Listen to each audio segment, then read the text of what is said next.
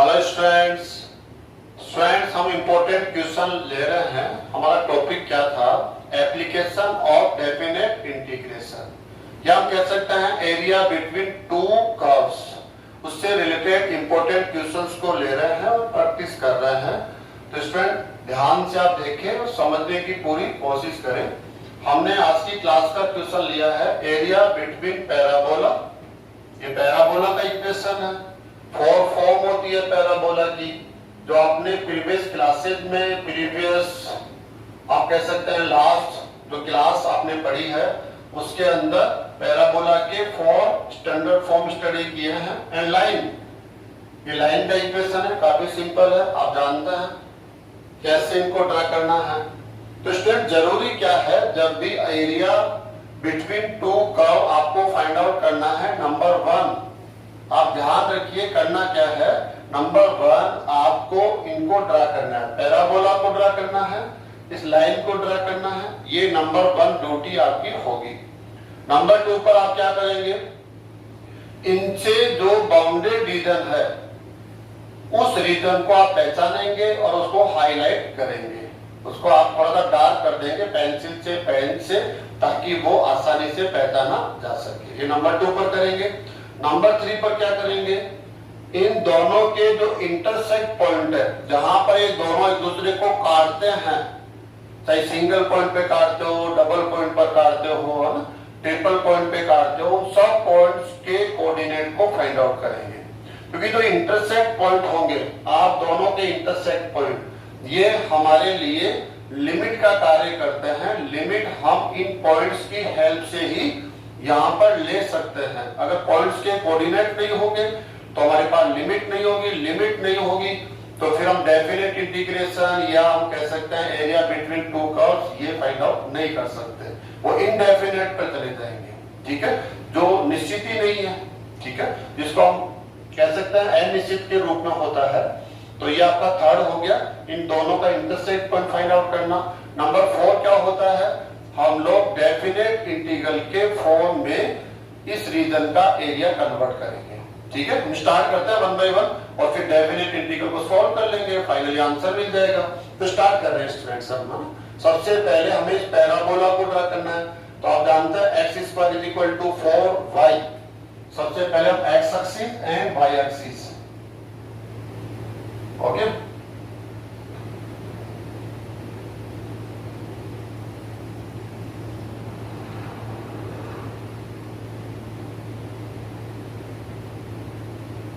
जब हम इस पैराबोला को ड्रा करेंगे तो जानते हैं पैराबोला कैसे होगा,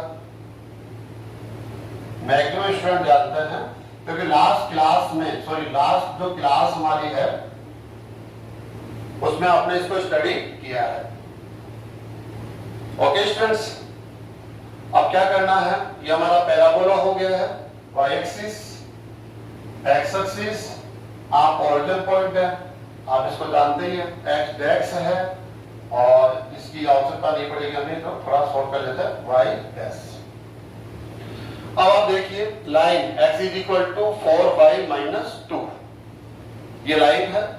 इसका हम कैसे करेंगे, ऐसा करें, y की वैल्यू पुट करते चले, x की वैल्यू आप कैलकुलेट करते चले रफली। आप चाहे तो एक टेबल बना सकते हैं। ऐसे हमें कोई भी दो पॉइंट चाहिए, दो पॉइंट मिलते हैं तो हमें लाइन मिल जाती है x y। जैसे आपने y की वैल्यू 0 पुट करी तो x की वैल्यू -2 मिल जाएगी आपको।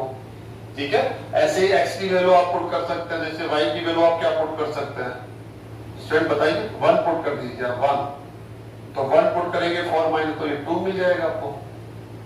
समझ में आया आपके? y की वैल्यू 1 पुट करेंगे 4 - 2 = 2, तो हमें 2 पॉइंट सफिशिएंट है, 2 पॉइंट से स्लाइड को ड्रा किया जाता है।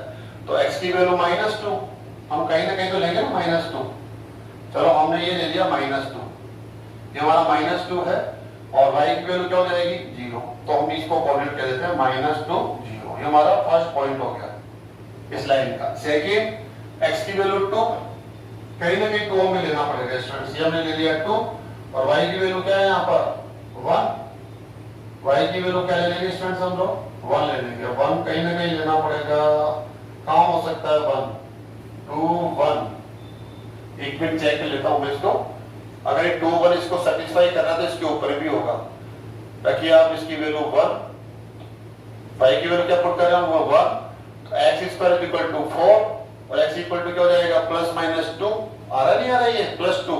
तो इसका मतलब ये क्लियर हो गया कि देखो ये ऐसा बाई चांस होता है, ऐसा होता नहीं जनरली कि हमने लाइन के ऊपर कोई फाइंड आउट किया, कोई पॉइंट फाइंड आउट किया 2 1, इसको सेटिस्फाई करेंगे कोऑर्डिनेट 2 1 लाइन के ऊपर है, लेकिन ये 2 1 कोऑर्डिनेट बाय चांस ऐसा हमें मिला कि ये इस पैराबोला पर भी है, क्यों इसको सेटिस्फाई कर रहा है। रख के देख लो 2 1 तो 4 = 4 हो गया, और यहां भी रखेंगे आप 2 1 2 = 2 हो गया। इसका मतलब दोनों का कंबाइंड पॉइंट हो गया। ऐसा बहुत कम होता है कि हम खुद कैलकुलेशन करें ऐसा मिल जाए। तो ये पॉइंट के कोऑर्डिनेट क्या हो जाएंगे स्टूडेंट्स बताइए आप? इसके कोऑर्डिनेट हो जाएंगे 2 1। ओके, अब इन दोनों पॉइंट्स को ज्वाइन करना है आपको, और ज्वाइन कर देंगे तो एक लाइन आप लोगों को मिल जाएगी।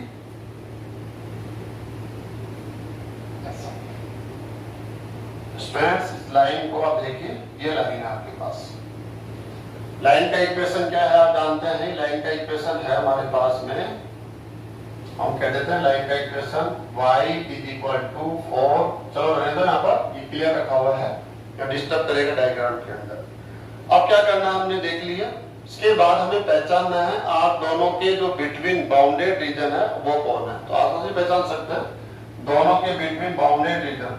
देखिए सबको समझ में आ गया होगा कि ये bounded parabola and line, parabola and line के between bounded region. Okay,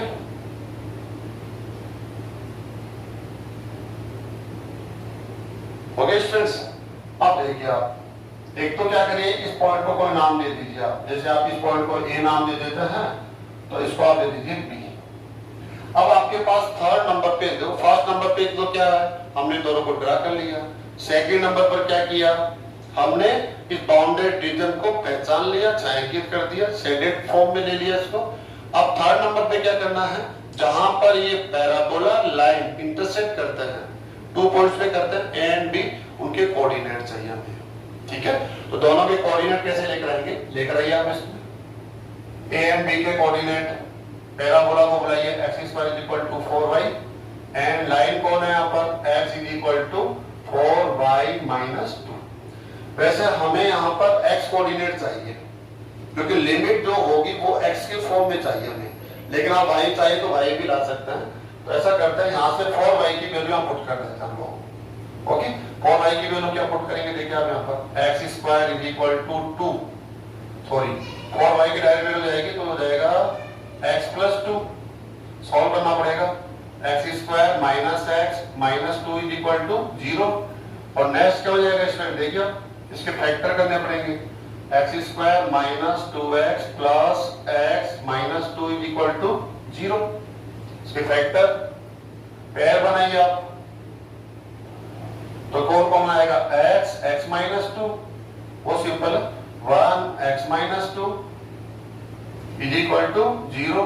next x - 2 x + 1 = 0। Next x क्या होगा इसमें, -1 and 2। x की डबल वैल्यू आ रही है, x की वैल्यू -1 and 2।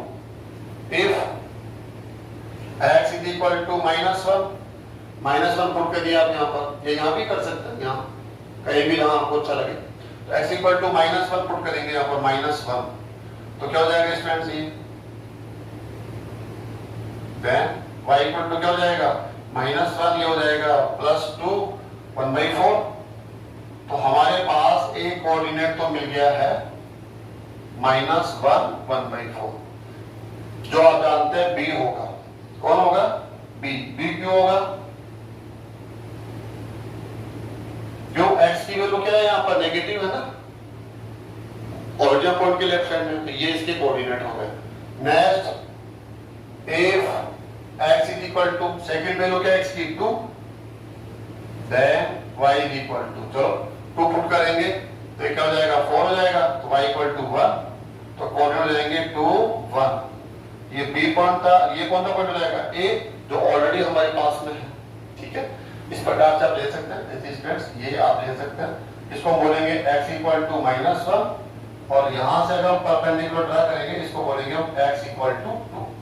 एक्चुअल में हमें x कोऑर्डिनेट चाहिए था क्योंकि ये हमारी लिमिट होगी यहां से यहां तक। अप साइड में तो क्या हो गया, लाइन, डाउन साइड में कौन हो गया, पैराबोला, और लेफ्ट साइड में जैसे देखेंगे तो x इक्वल टू -1 स्टार्ट, कहां से स्टार्ट होता है रीजन, x इक्वल टू -1 और एंड कहां पर होता है x इक्वल टू 2, इनके बिटवीन। ठीक है, आपको इस रीजन का एरिया फाइंड आउट करना है। अब टू टाइप से फाइंड आउट कर सकते हैं स्टूडेंट्स, तो हम कैसे करेंगे, देखो इस रीजन का एरिया हम कैसे फाइंड आउट कर रहे हैं।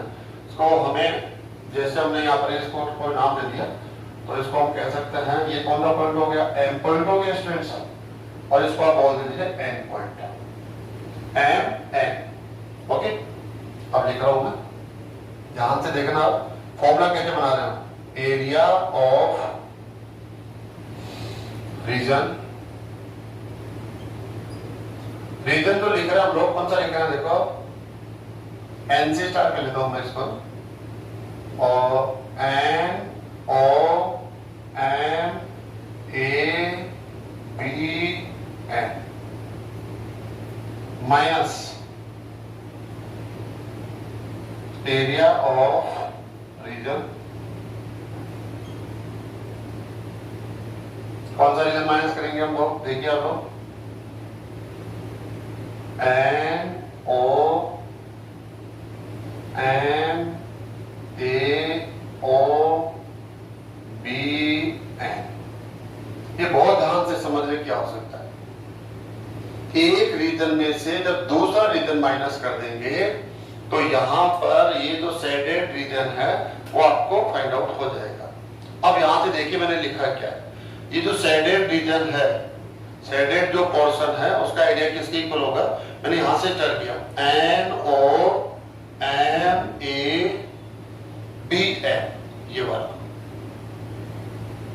ओके स्टूडेंट्स, देख लिया ना आपने।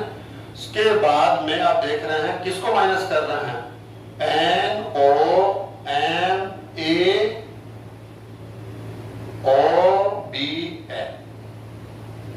इस कंप्लीट में से जो इसके डाउन साइड में दिख रहा है ना आपको, ये जिसको हमने शेडेड नहीं कर रखा है, अनशेडेड फॉर्म में है, वो माइनस कर देंगे तो याद आएगा। ऐसा क्यों कर रहे हैं हम लोग, ये बहुत जरूरी है।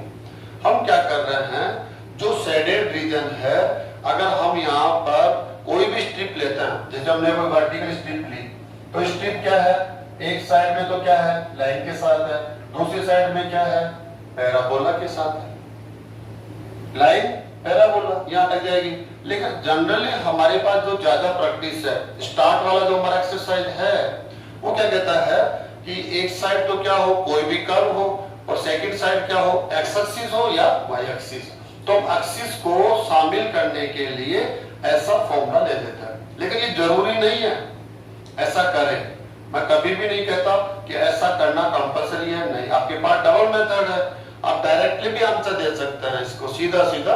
अभी हम एक बार ये कर लेते हैं, उसके बाद में डायरेक्ट भी देंगे। ओके, तो हम क्या करेंगे इसमें, देखो स्टूडेंट्स, पहले हमें ये वाला एरिया चाहिए, ये वाला, तो हम करने वाले हैं, यहाँ पर ऐसे करने वाले हैं। ये वर्टिकल स्ट्रिप हो गई है, ध्यान रखना है जो स्ट्रिप आप ले रहे हैं, वर्टिकल हो या हॉरिजॉन्टल हो। अब आपका इसका जो वन साइड है वो किसके साथ है, लाइन के साथ है, और सेकंड साइड क्या है, एक्स एक्सिस के साथ है। इसका विड्थ क्या हो जाएगा, dx, और लेंथ क्या हो जाएगी, y। आप जानते हैं लेंथ किसको किससे लिखते हैं, y से, लेकिन y आपके पास टू कर्व है, y आप पैराबोला से यूज करेंगे या लाइन से करेंगे। तो देखिए आप, ये जो आपकी स्ट्रिप है उसका सेकंड साइड लाइन के साथ है, तो लाइन के साथ है तो लाइन से यूज करेंगे, y n, ऐसे हम इसको रिप्रेजेंट कर देंगे। फिर हमें क्या करना है, कंप्लीट एरिया से हमें ये माइनस करना है जो अनशेडेड दिख रहा है आपको ना, ऐसे।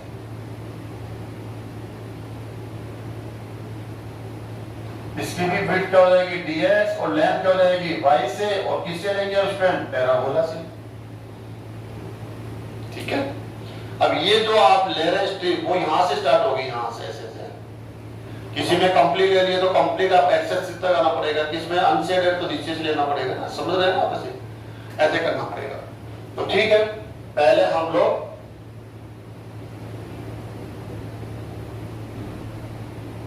एक मिनट फॉर्मूला में कैसे लिखा था यहां पर, NONABN। इससे पहले हमें लिखना पड़ेगा, किसको लिखना पड़ेगा, इज इक्वल टू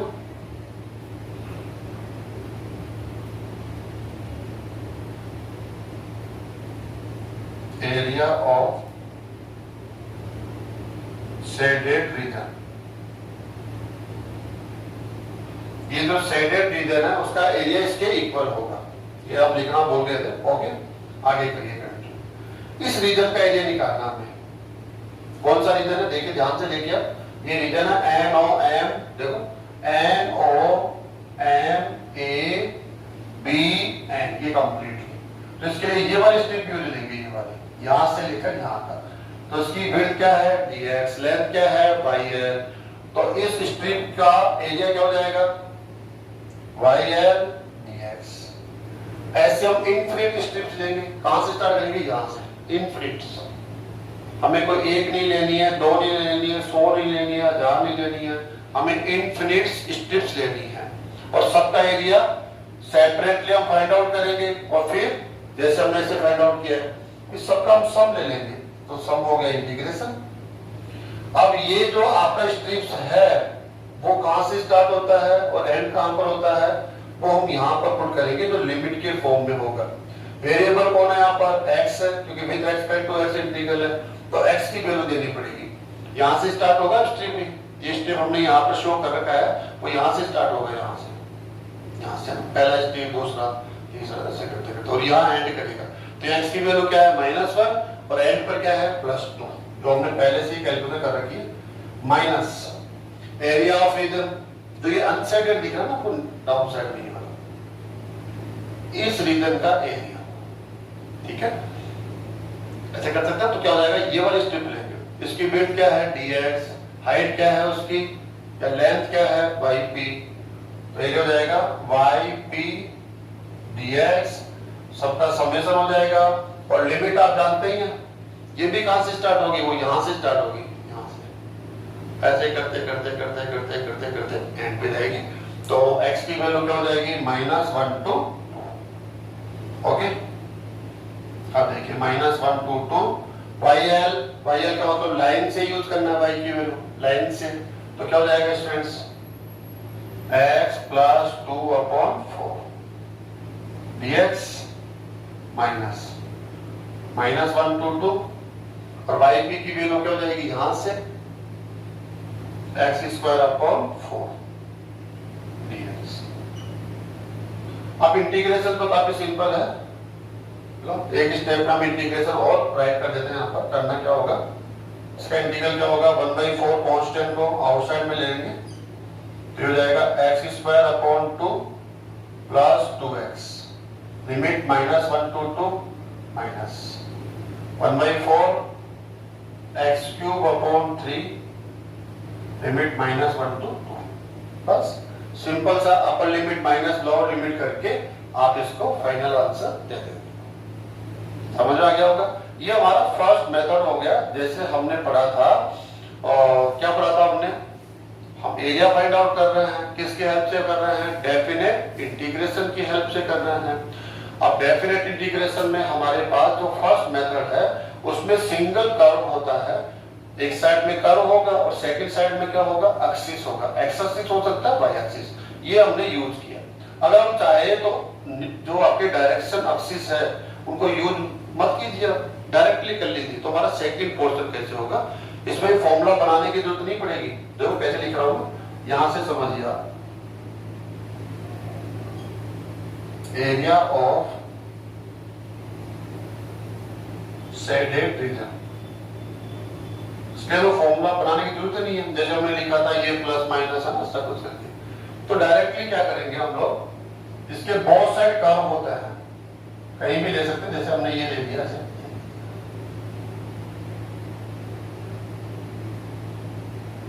इसको हम डायरेक्टली लेते हैं कैसे, अगर आप इस वर्टिकल स्ट्रिप को देखेंगे तो यहाँ पर कौन है, ये लाइन है, और नेट साइड कौन है, पैराबोला है।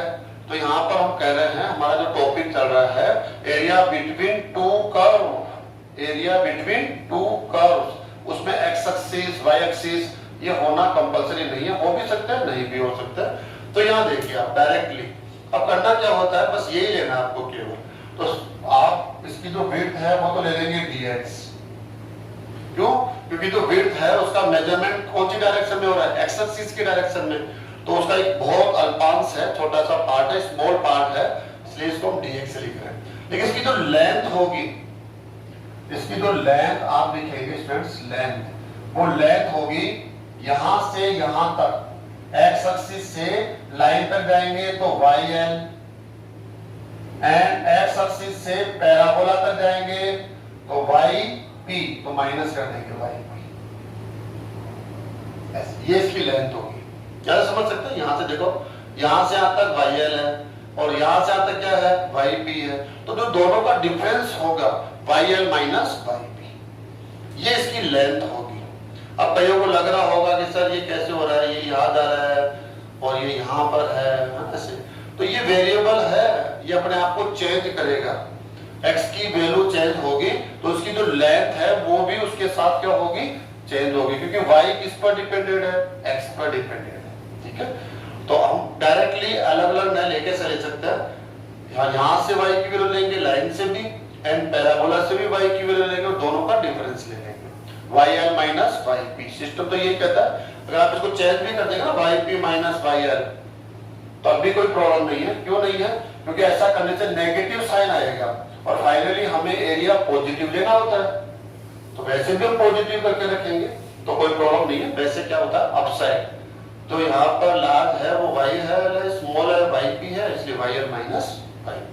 तो डायरेक्टली हम इसकी लेंथ बोल रहे हैं, लेंथ क्या हो जाएगी, YL माइनस YP,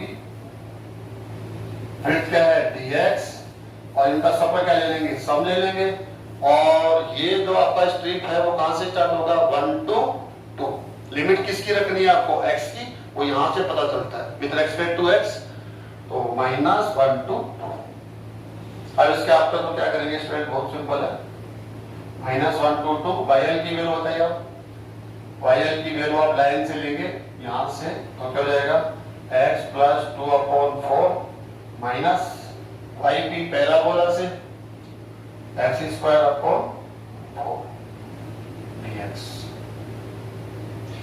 ये जो आपका डेफिनेट इंटीग्रल बन रहा है और यहाँ जो डेफिनेट इंटीग्रल बना रहा है दोनों सेम है, चाहे चेक कर लीजिए, यहाँ से इंटीग्रल साइन कॉमन आ जाएगा तो YL माइनस YP dx ही बनेगा, सेम यही है।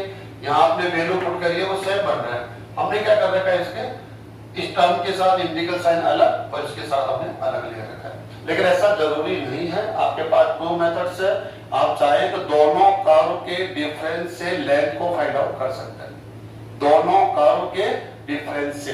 फॉर्मूला जनरली क्या होता है, मैं आपके सामने लिख देता हूँ, ऐसा होता है generally y1 minus y2 dx, इसका मतलब हो गया, और यहाँ कोई भी लिमिट हो गई a to b, इसका मतलब हो गया कि ये क्या है, 2 कर्व्स के बिटवीन जो स्ट्रिप आप ले रहे हैं, 2 कर्व के बिटवीन उसकी लेंथ है y1 माइनस y2, तो लेंथ है और ये क्या है, इसकी विड्थ है। ये तो हो जाएगा वर्टिकल के लिए, अगर आप वर्टिकल स्ट्रिप्स लेते हैं तो, और अगर हॉरिजॉन्टल लेते हैं तो इसकी कंडीशन हो जाएगी ऐसे, x1 minus x2 dy, limit a to, ये ऐसे हो जाएगी हॉरिजॉन्टल। अगर आप स्ट्रिप ले रहे हैं तो उसकी लेंथ ये हो जाएगी, उसकी विड्थ क्या हो जाएगी, dy हो जाएगी, और लिमिट, ये लिमिट किसकी है, y के फॉर्म में, dy है तो y की, y equal to a, y equal to b, या dx है तो x equal to a, x equal to b। ये हमने प्रीवियस क्लासेस में जो थ्योरेटिकल पोर्शन है वो स्टडी किया हुआ है, एज ए फॉर्मूला इसको आप लर्न करके भी डायरेक्टली आप क्वेश्चन अटेम्प्ट कर सकते हैं। तो स्टूडेंट्स, तो आप क्या करेंगे, ऐसे इंपॉर्टेंट क्वेश्चन लेंगे जिनमें 2 कर्व्स के बिटवीन आपको एक बाउंडेड रीजन मिलेगा और उसका एरिया आपको फाइंड आउट करना है। जितने ज्यादा क्वेश्चन आप अटेम्प्ट करेंगे और उनको सॉल्व करेंगे, हो सकता है सॉल्व करने में आपसे मिस्टेक्स हो, आपको बहुत ज्यादा टाइम लग रहा हो तो कोई बड़ी बात नहीं है, हर एक स्टूडेंट के साथ ऐसा होता है, स्टार्ट में सबके साथ ऐसा होता है। लेकिन अगर आप आगे बढ़ते जाएंगे तो जो प्रॉब्लम्स आपने फर्स्ट टाइम फेस करी है वो सेकेंड टाइम उनमें काफी हद तक कमियां आ जाएगी। आप थोड़ा फास्ट भी हो जाएंगे, कॉन्फिडेंट भी हो जाएंगे। जो आपके एरर्स है, जो आप ज्यादा एरर रख रहे थे वो एरर्स भी नहीं आएंगे तो न के बराबर एरर आएंगे।